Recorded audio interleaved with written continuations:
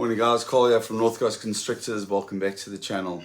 So I was supposed to do this video yesterday, but it was just really hectic yesterday. Busy building a new incubator which is almost complete. My current incubator, which is a small one from my first season, which was last year, is almost full. I can take one more egg box. And I've still got quite a few females that are about to drop in about a week to 10 days, and then a couple of females that are still building up to pre-lay sheds, and some that have just only ovulated. But yesterday you got to take the good with the bad. My YouTube channel is not just about showing good snakes and all this and successes and good clutches of eggs and things like that. Sometimes things go south. Sometimes things get shit. Sometimes you have a bad clutch. And that's exactly what happened yesterday. So I'm not one of those guys that's going to just only post the cool stuff, okay? Yesterday I had a very disappointing clutch of eggs. It was a project that it's a building block project, so there weren't going to be visuals, but all the hatchlings were going to be het desert ghost. But the combinations were insane. The female was a super fat, she's okay. She's a first year breeder, and she was a super pastel fire butter, and I paired her up to my male desert ghost, and she gave me 5 eggs. So what I'm gonna do, I'm gonna put these glasses on the side here. I'm gonna show you what happened with that clutch of eggs. So let me just pull out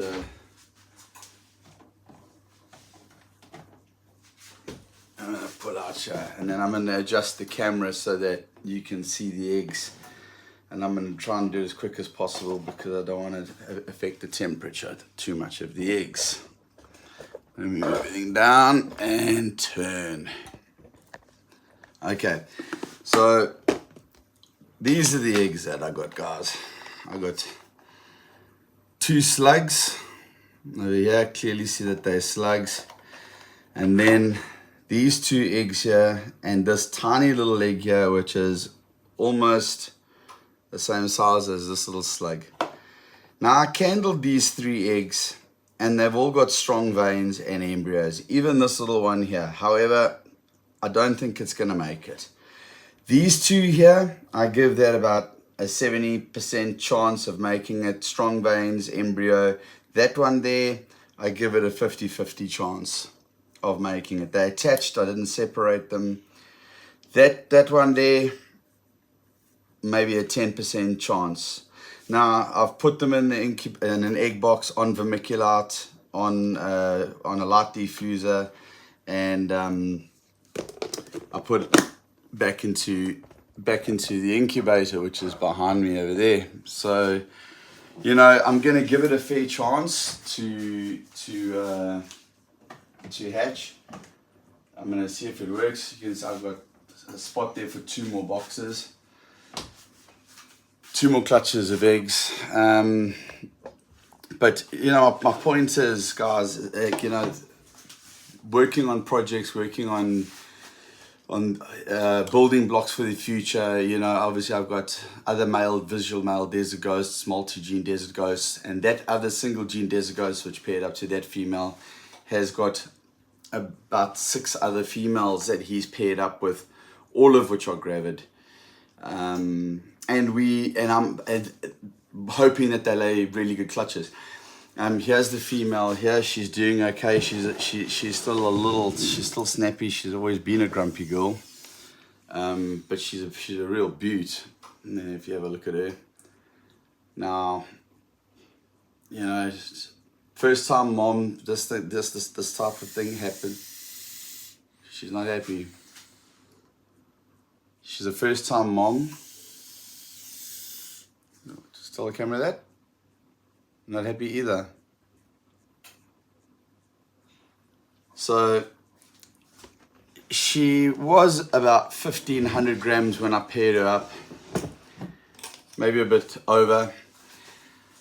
So one of the first time moms as well, I know a lot of guys pair up at 1,500 grams, and guys go for it. I know guys that pair up at 1,200 grams, okay? I just think that after at 1,200 grams, and with the amount of time that the female is going to spend off food and what they put into the eggs and what it takes out of their bodies physically, that 1200 grams is too small. Okay, I can take my head off if you want. Okay, I really don't give a shit. Now that female was 1500 grams, and I paired her up, and she put on a couple hundred grams after that. But I just think that being a first-time mom, I don't think being a first-time mom. I just think that maybe she'd be a bit smaller, and I'll tell you why. Because in the tub directly above her, and I'm gonna pull this girl out here now. I'm gonna show her to the camera. This is also a first-time mom. Okay, this beautiful girl here. All right, this is a Blade, Het Clown, Het Lavender, Albino, Het Pied. And she's part of the Dreamsicle project. You can see the size of her. She was a first-time mom, same age, but she was about 2,000 grams when I paired her. She gave me 7 good, healthy eggs. Okay, she was about 2,000 grams when I paired her. So I think she had more fat reserves. I think she had more nutrients in her body. I'm not a vet. I'm not a scientist. I'm just a reptile hobbyist, a ball python breeder, a retic breeder. But I'm just trying to do the mental gymnastics in my head as to why, you know, if a female's going to give you bad eggs, there's a reason, okay? Usually if something happens, it's, you know, this is nature, and shit happens in nature, and sometimes you can do everything and something's born. Even with humans, you can be deformed in some way, shape or form.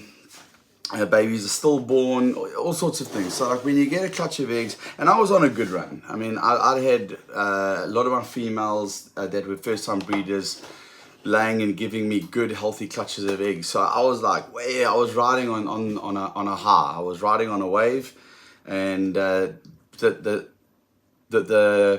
telltale sign for me was where I got stressed out. Was there's actually a female in that rack, but behind me there, she's due to lay in the next. Well, they usually lay between day 25 and 35, depending on how much you got the temperature set to, you know. My hotspots are about 31 and a half degrees Celsius on the hotspots. Some guys are 32 and a half, 33 degrees Celsius even. Some guys down as low as 30. Okay, so I fluctuate between 30 and a half and 31 and a half. So my ball pythons, my females will probably take a little bit longer.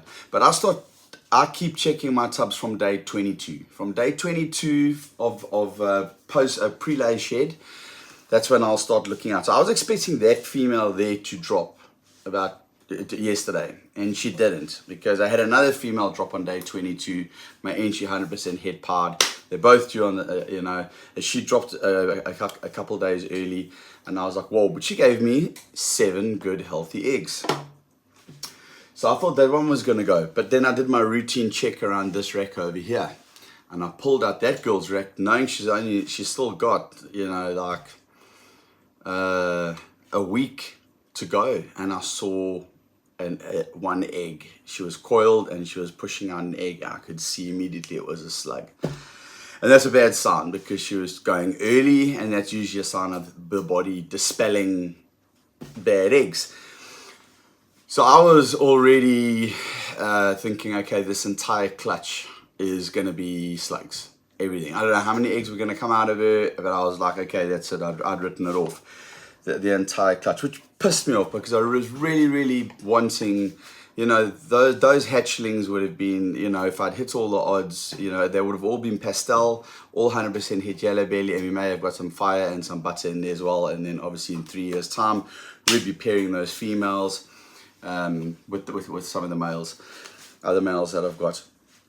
So I came back a couple of hours later. She'd pushed out another 2 eggs. One was a slug, and one wasn't a slug, but it looked dodgy, and you can see it there. Then she pushed out egg number 4, and egg number 4 was good.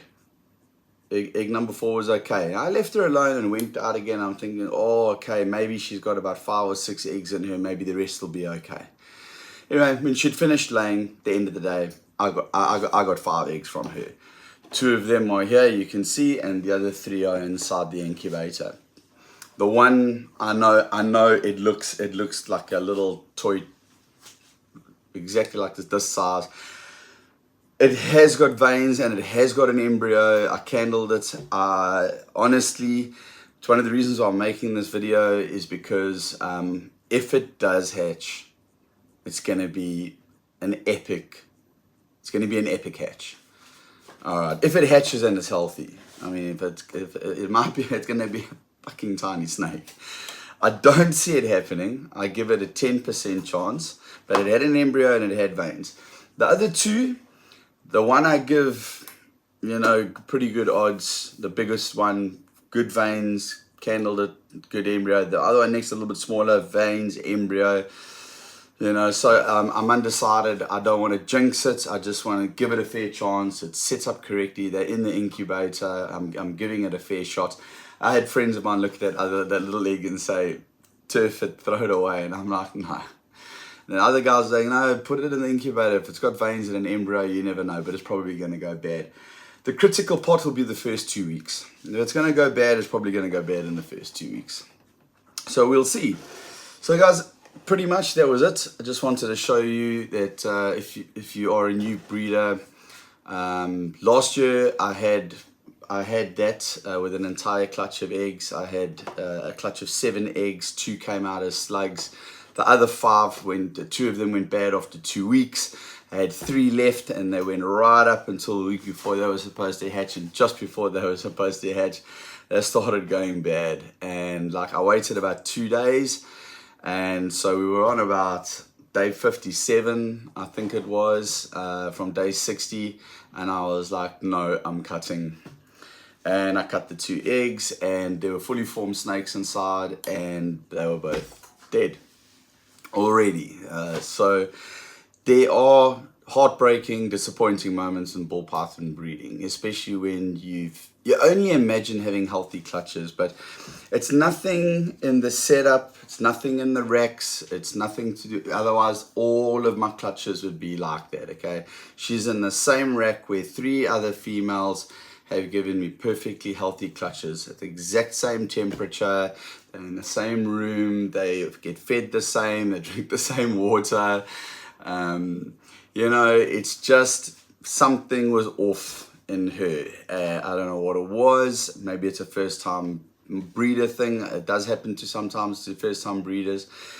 Although I've got some first time breeders here and they've given me healthy eggs. So anyway, guys, for you new guys, those are what slugs look like. They just look like a rubber ball. If you candle them, there's no red veins, no embryo, nothing. These are going in the bin. Just kept them out now for the video.